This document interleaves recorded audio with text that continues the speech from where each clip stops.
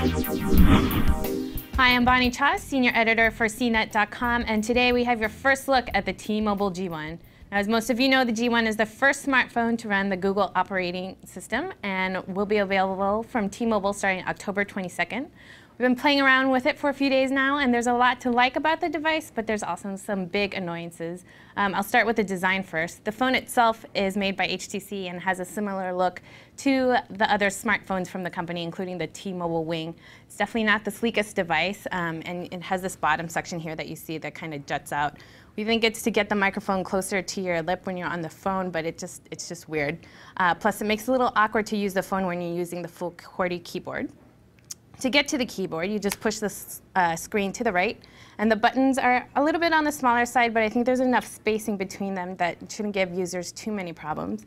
And the screen orientation only switches from portrait to landscape mode when you open the keyboard. So right now, it won't switch automatically if you rotate the phone, which is kind of disappointing. The touchscreen is nice and sharp, and I really do like the interface. It's easy to customize the home screen. You can do it a couple ways. First, you can do a long press on the home screen, where you can add shortcuts and widgets or change the wallpaper. You can also bring up the full menu key here, and you just hold and press whatever icon you want, and you can drag it onto the home screen.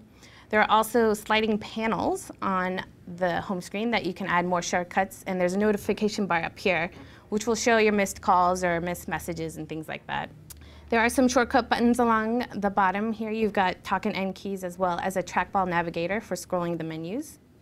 There's a micro SD expansion slot on the left side and a mini USB port on the bottom. Fortunately, there's no headphone jack, so you have to use the USB port and an audio adapter to plug in earbuds, and I really have no idea why HTC decided to do this because I think it's a major design flaw.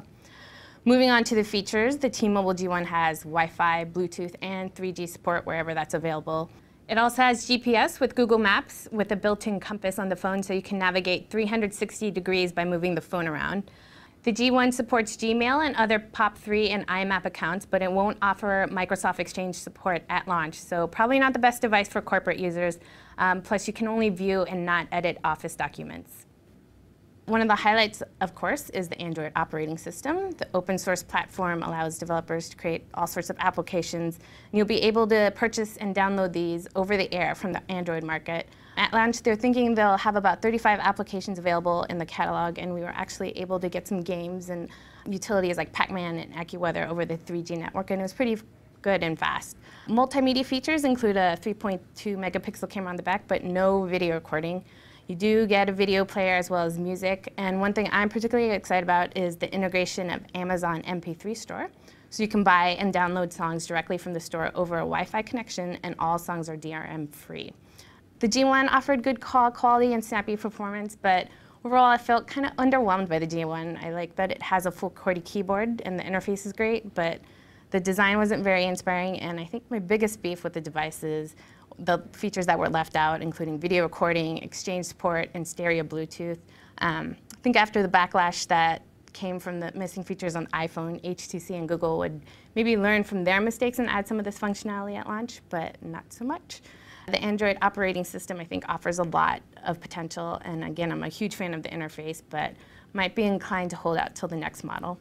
The T-Mobile G1 will be available on October 22nd for $179.99 with a 2-year contract. I'm Bonnie Cha, and this has been your first look at the T-Mobile G1.